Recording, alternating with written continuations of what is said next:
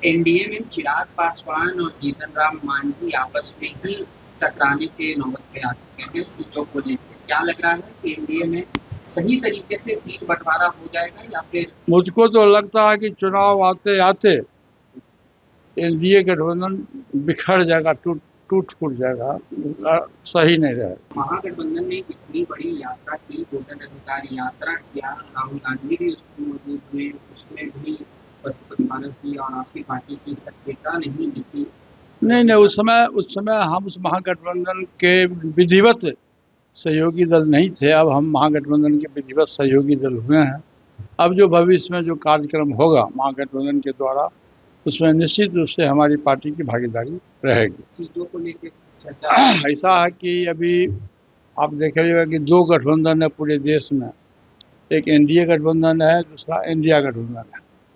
और दोनों गठबंधन में सभी सहयोगी दल है, बड़ी पार्टी भी है, छोटी पार्टी भी है, लेकिन अभी तक किसी भी दल का सीट शेयरिंग नहीं हुआ। सीट शेयरिंग इतना पहले होता भी नहीं है। जब चुनाव का नोटिफिकेशन जब समय आता है तो उसके 10 दिन 5 दिन पहले होता है सीट शेयरिंग।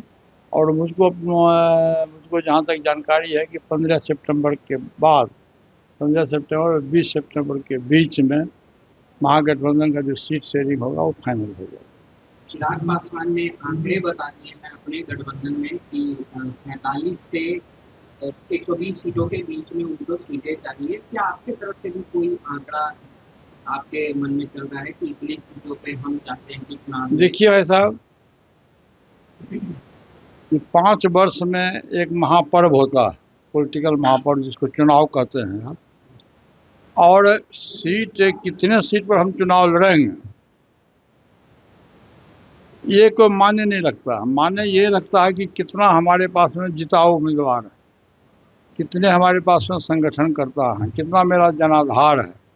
और जनता के बीच में जब चुनाव के दरमियान में जब जनता के बीच में जाइएगा तो जनता खोजेगी कि आपका संगठनकर्ता कौन है, आपका सही उम्मीदवार कौन है, जिताऊ उम्मीदवार कौन है। अधिक सीट लेना बहुत बड़ी बुद्धिमानी नहीं है, लेकिन कम सीट लेके आप अधिक सीट जीतिए, ये बुद्धिमानी है। राजवल्लभ यादव जो कि पूर्व में विधायक रहे हैं, उन्होंने तेजस्वी देखिए, राजनीति में किसी तरह को अशोभनीय बात नहीं बोलना चाहिए। किसी भी व्यक्ति को मर्यादा के अंदर बोलना चाहिए। वो उन्होंने जो कहा है मैं इसकी निंदा करता हूँ। तारिक अनवर बाढ़ पीड़ितों से मिलने पहुंचे हुए थे, लेकिन स्थिति ऐसी बनी कि तारिक अनवर को कंधे पे लेके अब तो बिहार की स्थिति यही है भाई साहब। बिहार में देखिए, आधा बिहार सुखाड़ है, आधा बिहार में बाढ़ है।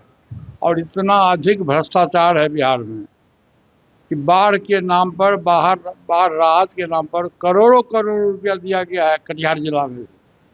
लेकिन तारिक अनवर जी जैसे बुजुर्ग और पुराने पॉलिटिशियन और वहाँ के स्थानीय सांसद हैं, फिर भी उनको बाढ़ क्षेत्र में एक दूसरे के सहारे से, एक व्यक्ति सहारा से उनको बाढ़ से ऊपर किया। ये बिहार के सरकार के लिए बड़ी शर्मनाक घटना।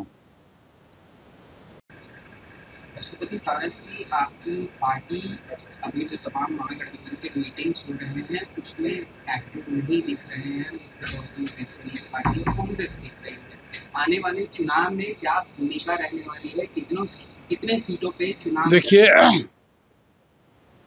सबसे बड़ी खुशी की बात है कि परसों जो महागठबंधन की बैठक हुई थी पटना में श्री तेजस्वी यादव जी के नेतृत्व में, उसमें सभी दल के लोग थे। कांग्रेस के प्रभारी भी थे, कांग्रेस के प्रदेश अध्यक्ष भी थे, सीपीआई सीपीएम माले के लोग थे, और वीआईपी पार्टी के श्री मुकेश सहनी जी भी थे।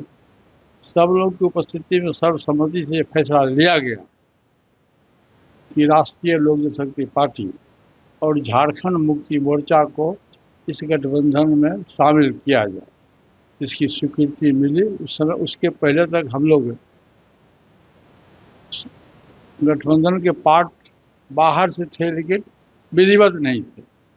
अब स्वीकृति जब मिली है तब हम लोग गठबंधन के सहयोगी दल के रूप में टिल इलेक्शन तक निश्चित रूप से हम लोग की भूमिका रहेगी, हमारी पार्टी की भूमिका रहेगी।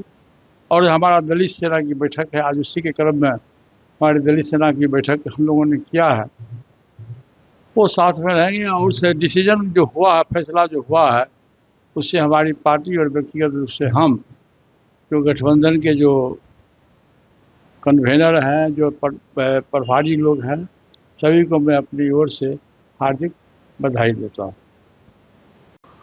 एसआईआर को लेकर महागठबंधन लगातार सवाल उठा रहा था और आज सुप्रीम कोर्ट ने आदेश दिए हैं कि आधार कार्ड को उसमें इंक्लूड किया जाए। तेजस्वी यादव ने पहले भी इसको अपनी सफलता में गिनवाई है। देखिए, आधार कार्ड को तो पहले से भी मिलना चाहिए था अधिकार। आधार का मतलब होता अधिकार। आधार कार्ड तो ऐसे बनता नहीं है, पूरी छानबीन करने के बाद आधार कार्ड बनता है।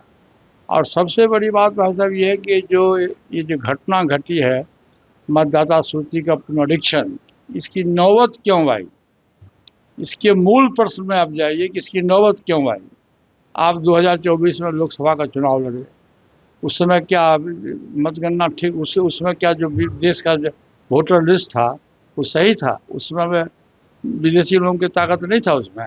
आप विधानसभा का चुनाव लड़े हरियाणा का, आप विधानसभा का चुनाव लड़े महाराष्ट्र का, आप विधानसभा का चुनाव लड़े दिल्ली का, उसमें वोटर लिस्ट सही था। और जब बिहार के चुनाव लड़ने की बात आई, आप कहते हैं कि गलत है, आप संविधान के साथ न्याय नहीं कर रहे हैं। बाबा साहब भीमराव अम्बेडकर के द्वारा जो संविधान निर्माण हुआ, उसमें प्रत्येक व्यक्ति, चाहे राजा हो या फकीर हो, सबको एक मौलिक अधिकार दिया गया, जीने का, वोट देने का, देश के किसी भी कोना में जाके बसने का, चुनाव लड़ने का, ये मौलिक अधिकार है।